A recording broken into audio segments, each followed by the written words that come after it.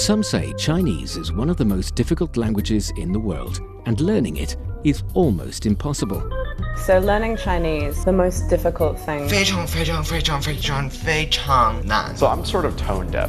I can't really hear them. I think the cultural mindset is the biggest complication for The us. grammar. 知吃思诗都还难 It's just complicated so much. Only because you're not learning it in the right way. Why not try Takeaway Chinese, where you can take some Chinese away and experience progress day by day. Takeaway Chinese, we will promise you a difference.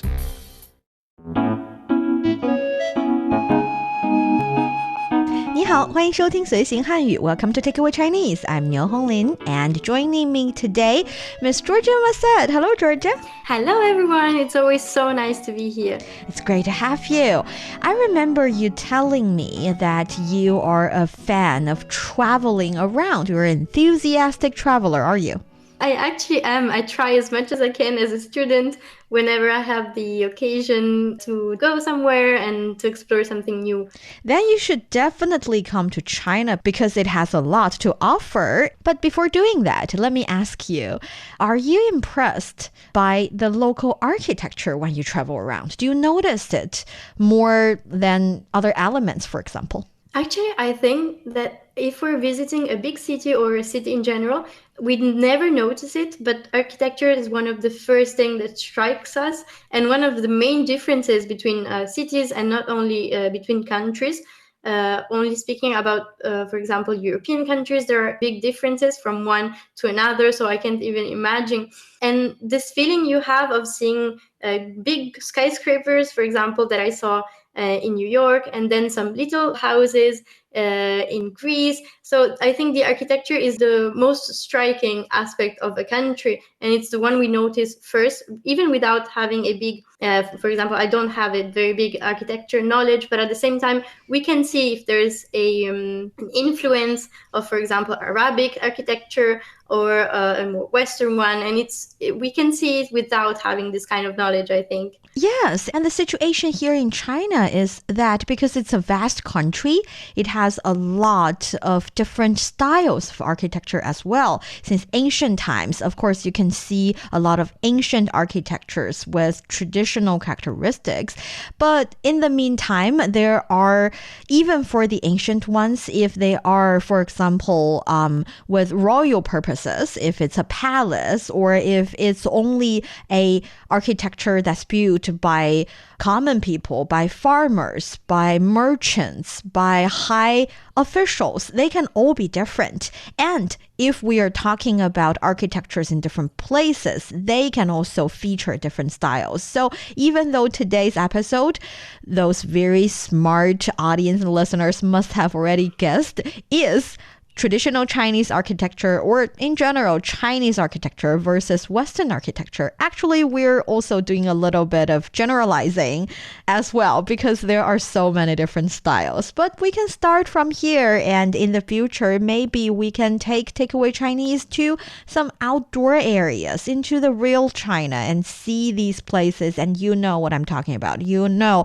why I say they can be all called Chinese architecture, 中西建筑. At the same time, they can be so different. I completely agree. And it's good to generalize sometimes, especially when we're covering such a big area or such a big focus. Topic, yes. It's when we're covering such a big topic. So I think that from here we can only get less generalized, but we have to start from the differences between the two countries. Yes, exactly. Yes. So yes. It's good. I can't wait. Yeah, so for our dear listeners, if you're interested in Chinese culture and you want to get a grip on the Chinese language, then this is the show for you. Stick with us for 30 minutes and you soon see the rewards. And for more fun Chinese learning, follow our Facebook page, Learn Chinese, to watch many fun videos and live streams. But now, let's provide you with some free Chinese for takeaway. 中西方都有宫殿建筑，但风格真是差很多啊。确实，像中国的紫禁城布局对称，气势恢宏；法国的凡尔赛宫则金碧辉煌，让人感到尊贵奢华。没错，虽然它们风格迥异，但都展现了各自文化的独特魅力，都值得我们欣赏和研究。中西方都有宫殿建筑，但风格真是差很多啊。确实，像中国的紫禁城布局对称，气势恢宏；法国的凡尔赛宫则金碧辉煌，让人感到尊贵奢华。没错，虽然它们风格迥异，但都展现了各自文化的独特魅力，都值得我们欣赏和研究。See, in this conversation, we focus more on traditional Chinese architectures because I have to admit, in my opinion, there are a lot of very talented and really good architectures in modern China as well. But the traditional ones are the dearest to my heart. They carry so much history and so much culture, and I would recommend anyone visiting China to appreciate these very beautiful palace, very beautiful yards, and just these Chinese style architectures. I agree. And I think our two friends from the dialogue have a deep understanding of both architectures and have chosen this. I don't even have the words to describe the Forbidden Cities and the Palais de Versailles. And there are such good examples to draw some differences and something everyone can know even if they haven't visited, but have a knowledge of both. Yes, and I think these beautiful architectures really do deserve some big words that we're about to learn today. Okay, so let's take a look. For the first sentence, 中西方都有宫殿建筑，但风格真是差很多啊。There are palaces both in China and in the West, but their styles are so distinctly different. Yes, so 中西方 Zhōngguó, so China. Yes, so Zhōng represents China, and Xi, the West. The West. So 中西 and fāng. The aspects of Yes. both China and the West. Yes, that's how you do it. So 中西方都有. They both are. Or both or all. Or both have. So if you both say have. Yes, so both the Chinese and the Western part of the world have 宫殿建筑, 宫殿 Palaces. Palaces, 宫殿. So we know 故宫 is the forbidden city, but it's also the imperial palace. So 宫殿 together means palace. 建筑. Architecture. So 建 carries the meaning of build, and 筑 is the thing that you build. So 建筑 architecture. 但 But 风格 the style. Style, it's very important. The style can be the style of architecture, can be the style of a fashion trend, a clothes, or even a person. So 风格. The style of a person also. Yes. And 真是 there really is 差 differences 很多 are many. The differences are many. Yes, you can understand it as the differences are many, or they differ quite so much. So 差 means different, but I think here it's a verb. So 差很多 means they differ quite distinctively. 差很多。确实，像中国的紫禁城，布局对称，气势恢宏。Absolutely. Take, for example, the Forbidden City in China. It is symmetrical in layout and grand in scale. 确实。Absolutely, for sure. So 确实 would be used in a relatively a little more formal way than 是呀,是的, something like that. So 确实 indeed, absolutely. It's very similar to 其实. 其实 is actually, 确实 is indeed. Yes. The pronunciation can be a little bit misleading, but actually 确实 and 其实 are quite different. And in the meantime, I would strongly suggest those of you who have a higher level of Chinese language to learn the characters because we only have really limited sounds. And if you rely on pinyin for a while, that's definitely okay. But after a while, you're going to have to learn the characters because the characters can be different. And there are around 300 really commonly used character in China.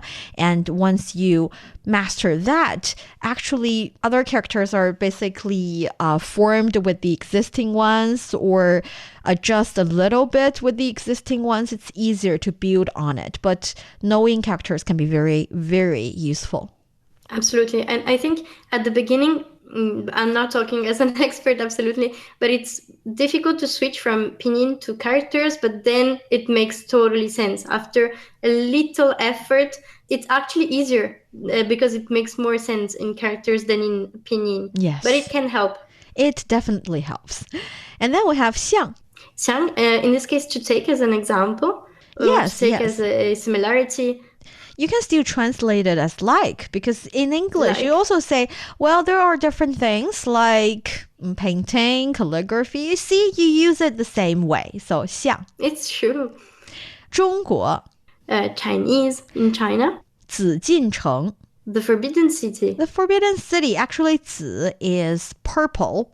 禁 carries the meaning of forbidden, and 城 is city. In ancient China, we believe the color 紫色, purple, 红色, red, and golden, 金色. These are all very, very lucky, fortunate kind of color. For example, if you say 紫气东来, 气 is atmosphere or air. 紫 we know is purple. 东方 is the east.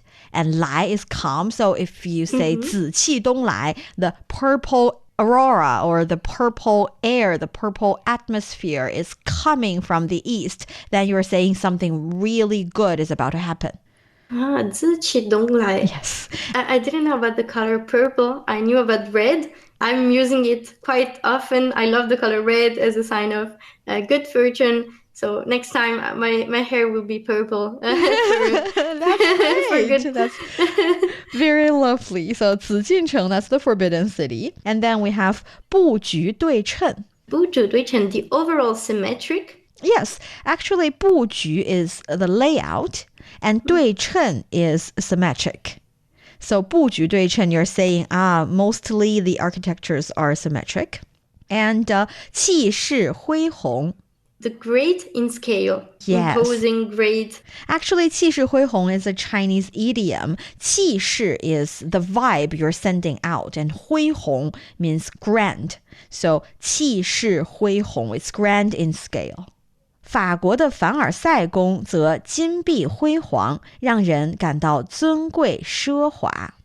And the Palace of Versailles in France is magnificent and glittery, exuding an air of luxury and opulence. Do you agree, by the way? I completely agree. Okay, so 法国. In France. 凡尔赛宫. Versailles, le Palais de Versailles. Yeah, as you can see, this is basically a literal translation. So it's translated based on the pronunciation of it. So 凡尔赛宫. 则 actually is used to form the sentence. It's like saying on the other hand without actually saying it. So you put it in the sentence, you say 她很美. 而她则很有气质. So they're saying this person is very beautiful, but the other person has quite the quality. So see, you're not saying on the other hand, but you're suggesting it almost. Okay, I never seen it, but it's very useful without, I always say that, but it actually, everything is useful. And not to say it on the other hand, but mentioning it without making it too obvious. Yes, a little bit like that. And we also have 金碧辉煌, another idiom. 金碧辉煌, magnificent and glittering. Yes, we know 金 is the color gold and 碧 is the color green, which is also the color of jade. And 辉煌 is magnificent. So you're describing a scene where gold is the major color and the entire place is decorated with this very bright and shiny and glittering color, and it's grand, it's magnificent. So 金碧辉煌. That's how you use the word. I think that couldn't be a more appropriate way of describing the Palace of Versailles. and it's almost a word for it. I'm glad you feel that way.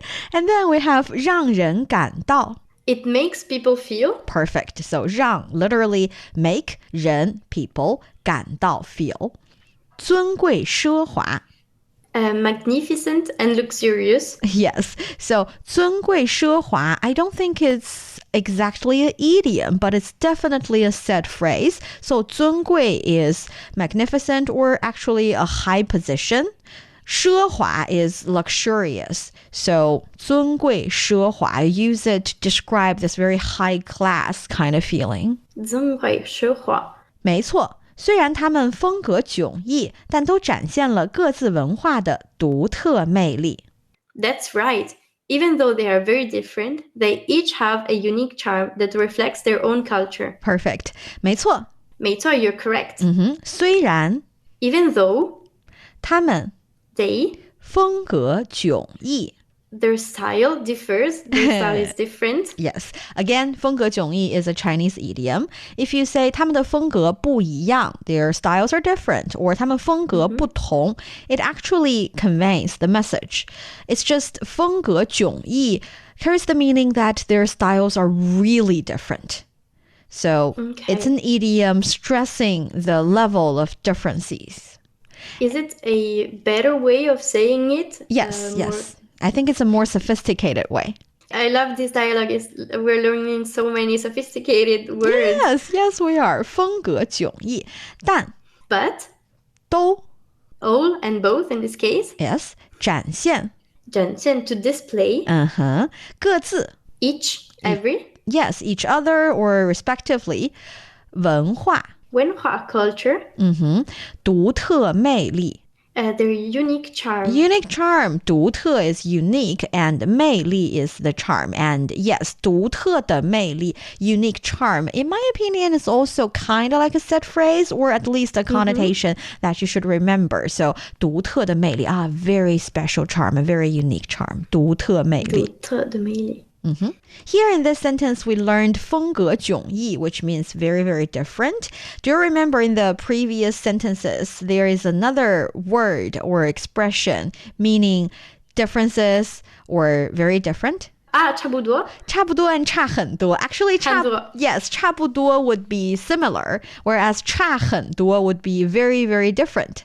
I know I have just said 风格迥异 is a more sophisticated way, but you cannot use sophisticated expressions to describe everything. Actually, sometimes you have to use some down-to-earth, very common ways to describe it. And 差不多 and 差很多 definitely can be very helpful. So 差不多 we know is not that different, and 差很多 means very, very different. So let's try to use it in one sentence. I can say, for example, 这两个词的意思差不多，但是用法差很多。Can you understand it? Oh, the meaning of this word, two words, are basically the same, but their usages are very different. See, it's quite clear and it's also easy to use 差不多 and 差很多 in a sentence.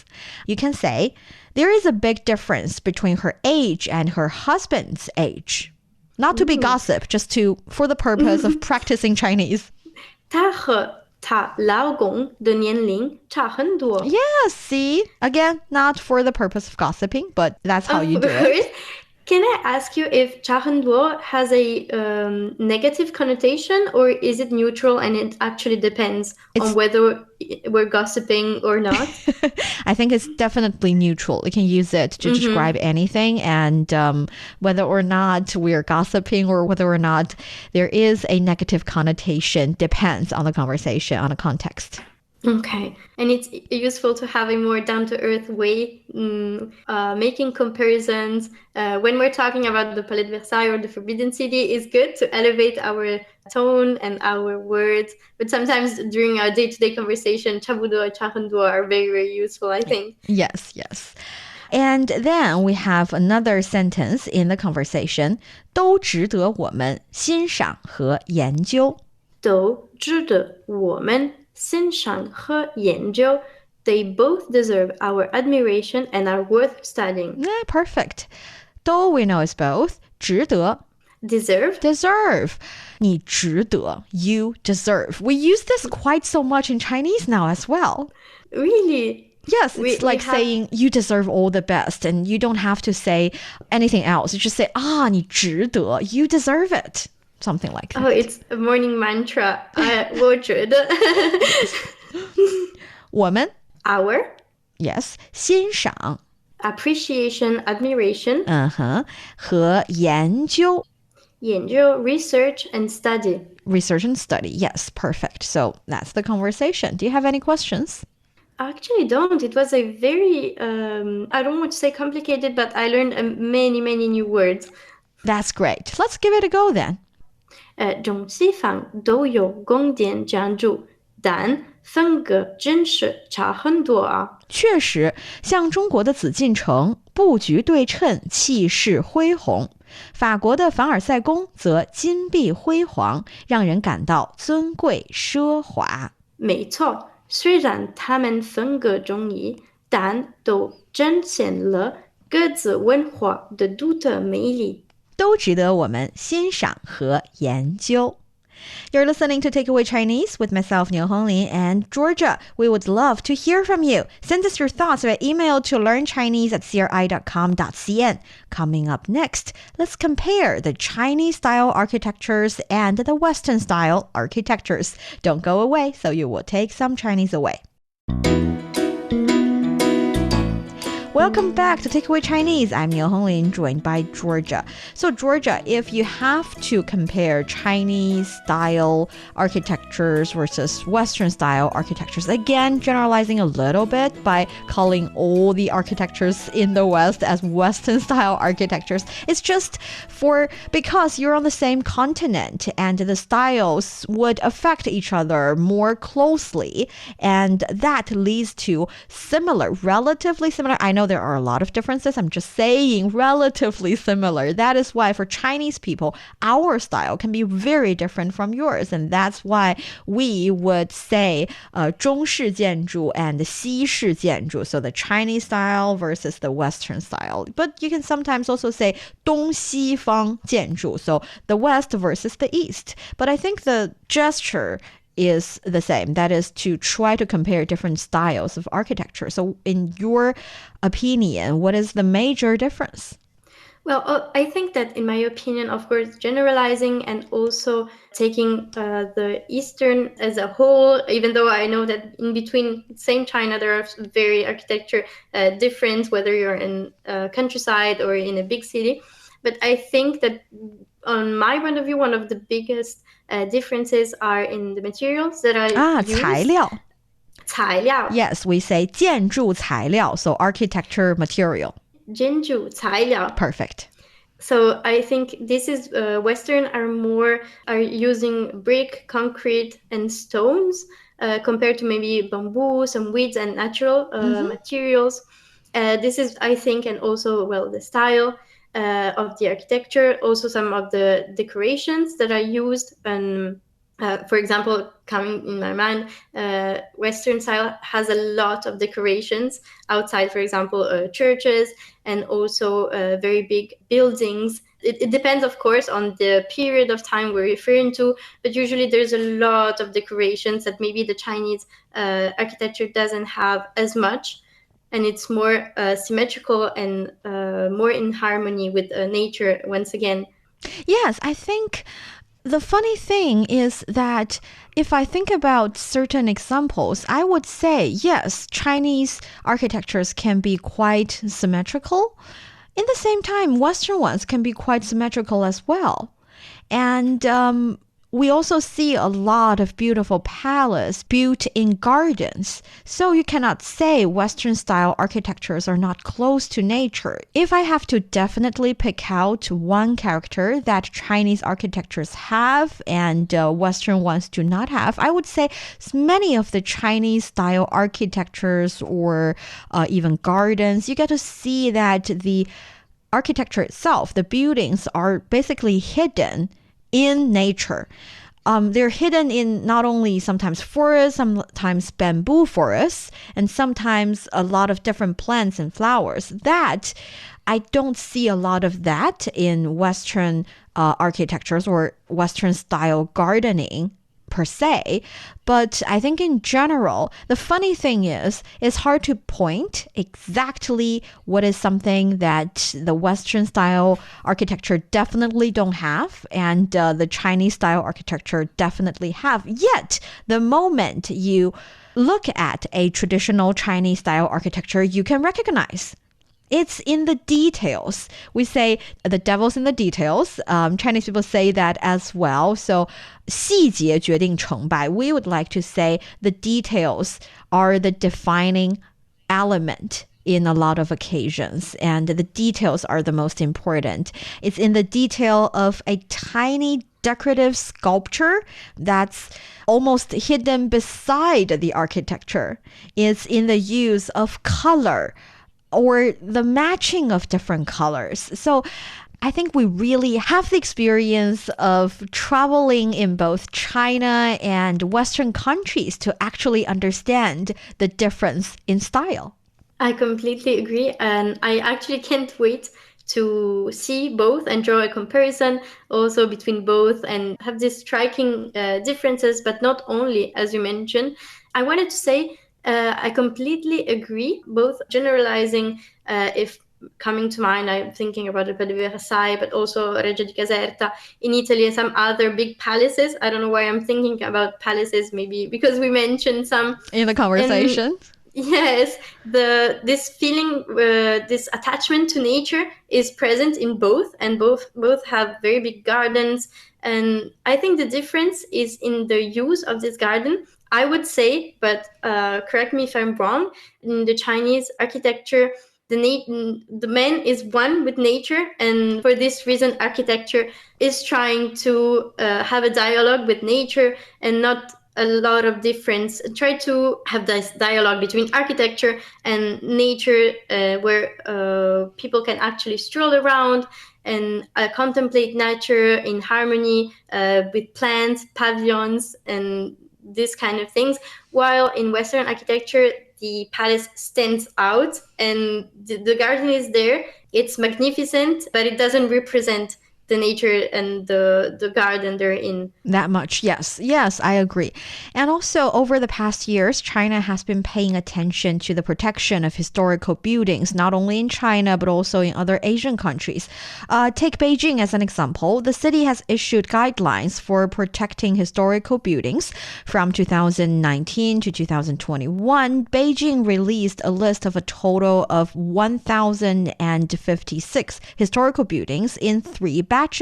These buildings, which span some 700 years, spread across 11 districts within the city. With diverse functions and architectural styles, they constitute an important part of Beijing's rich historical and cultural heritage, and authorities will distinguish between the preservation and renewal aspects of a historical building in order to avoid the one-size-fits-all measures and ensure better revitalization and utilization of the buildings, because there are just too many of these traditional architectures out there in China, and we have to make sure we set our priorities straight, making sure that they are repaired in the proper way. We have a saying in Chinese, 修旧如旧. 修旧如旧. Yeah, so 修 means to repair, to amend. 旧 is the old, and 如 is like. 旧, the old. So when you're repairing the old, don't try to paint something on it. Don't try to make it look like a modern architecture. You should try to make it remain its traditional, its original look. And that is the main principle that a lot of people who are dedicating their work into protecting these traditional architectures are following. So that is also something I think worth mentioning. I think it's very important to preserve and also to build international cooperation in the field of architecture in order to preserve also other countries. For example, I know I've read that China has pledged to work with other countries in Asia in order to protect cultural heritage. And for this reason, I think that in this case of architecture and many other fields, international cooperation with other Asian countries is extremely important in order to protect archaeological projects and also architectures. Totally. And hopefully more and more future generations would be able to appreciate these, maybe not fine art, but magnificent art form that we love so much. And that brings us to the end of today's Takeaway Chinese. I'm Mian Honglin with Georgia Massette for the show. For more episodes, you can visit our website at radio.cgtn.com and go to the column podcast. You can also listen to the show and read the script there. Find us wherever you listen to your favorite podcast. Just search for Takeaway Chinese. Don't forget to leave your questions, comments, and ratings. 感谢收听，我们下次再见。 Goodbye everyone. Thank you. 再见。